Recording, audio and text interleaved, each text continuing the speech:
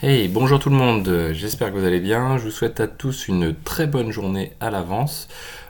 Aujourd'hui, on va découvrir une nouvelle vidéo HAProxy. On va s'intéresser alors on va effleurer plutôt le principe d'ACL. Donc le principe d'ACL, bon, ça parle à tout le monde. Généralement, quand on parle d'ACL, on parle de droit, autre chose comme ça. Au niveau de HAProxy, ça va être plutôt, on va parler de finesse dans l'écoute, la redirection, dans le travail que réalise HAProxy.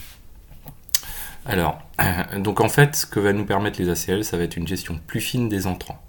En gros, on va pouvoir faire rentrer une ou plusieurs URL et les rediriger vers des serveurs différents. Donc là, on va se rapprocher plutôt d'un travail de reverse proxy assez classique.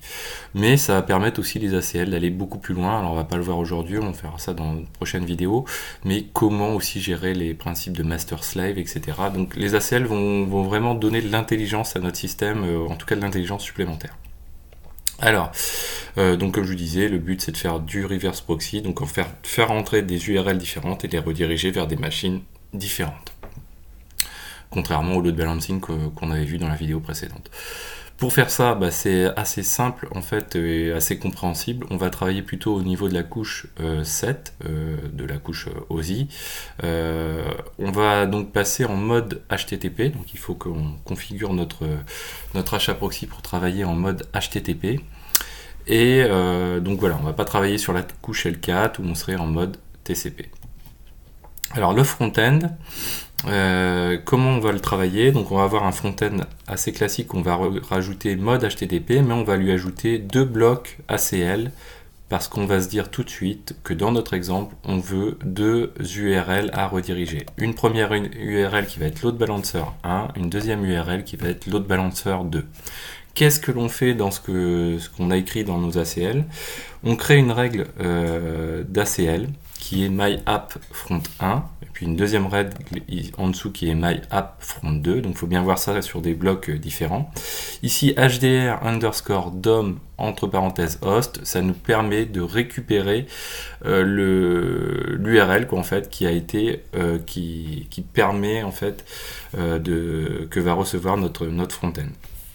Et si cette URL en gros est égale à loadbalancer1.fr, on va appliquer la règle qui est en dessous. Donc on va dire use backend, donc utilise un backend qui se nomme load1 si la règle qui est au-dessus se vérifie.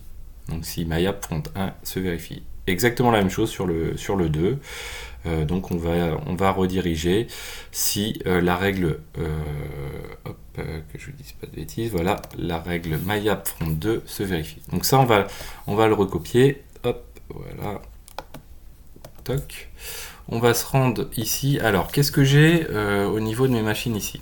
Donc première chose, en haut à gauche, j'ai ma machine host qui va me permettre de faire les tests.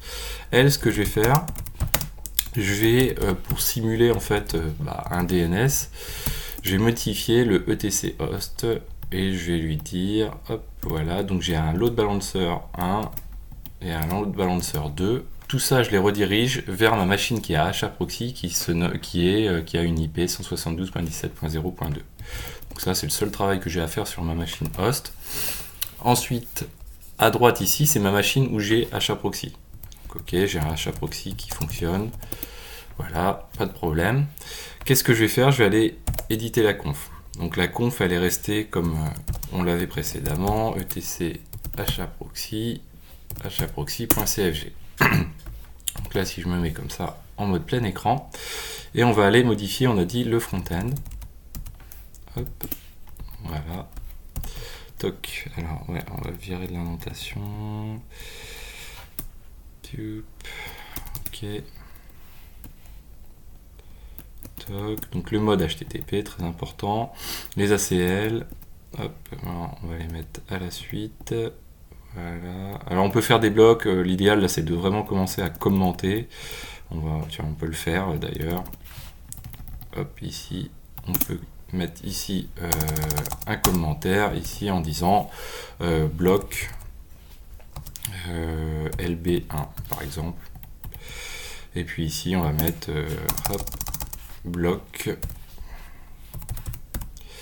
LB2. Ok, Donc là pour l'instant on redémarre en rien, on va retourner ici voir notre présentation. Donc on a ensuite besoin de modifier notre backend. Alors dans notre backend, spécifiquement aujourd'hui, on va pas faire de load balancing, on va faire simplement du reverse proxy, c'est-à-dire qu'on va rediriger nos règles précédemment mises en place vers une machine ou une autre, suivant la règle. Donc là on a deux règles. Donc les deux règles, ce sont des backends. On va les copier. Hop, voilà. Tchouk. Je me remets en mode plein écran. Ici, je drop tout. Donc, qu'est-ce que j'ai comme règle? Alors, j'ai une première règle. Alors, hop, voilà, qui est celle-ci, qui est backend load 1. Donc, comme on a backend, ici, on a défini qu'on utilisait un use backend load 1. Donc là, on va définir une règle pour le backend load 1. Donc cette règle est assez simple, on dit voilà, on a un serveur, le nom du serveur c'est nous qui l'attribuons comme on veut, donc moi je l'ai appelé serv_load1 et je lui passe l'IP en question et le port sur lequel on va travailler. Donc là en l'occurrence, moi je lui dis bah voilà, tu vas pointer vers la 172.17.0.3 sur le port 5000. On fait pareil avec load 2. Hop, voilà. Hop, voilà. Même principe.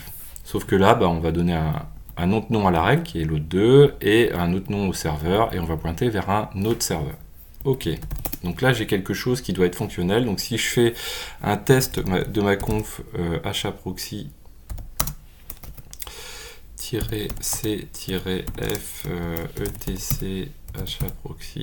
etc hproxy.cfg, il me dit voilà, la conf est valide. Donc là je peux directement redémarrer mon service. Donc si je fais un service hproxy reload, donc on redémarre pas, on fait même un reload, ce qui évite une coupure de service si jamais j'avais autre chose qui fonctionnait.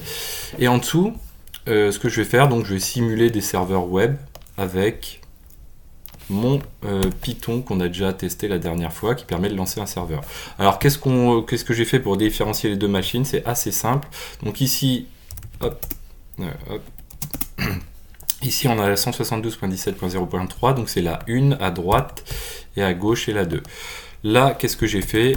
J'ai été créer un fichier qui se nomme serveur1 à cet endroit-là et qui contient exafkey1.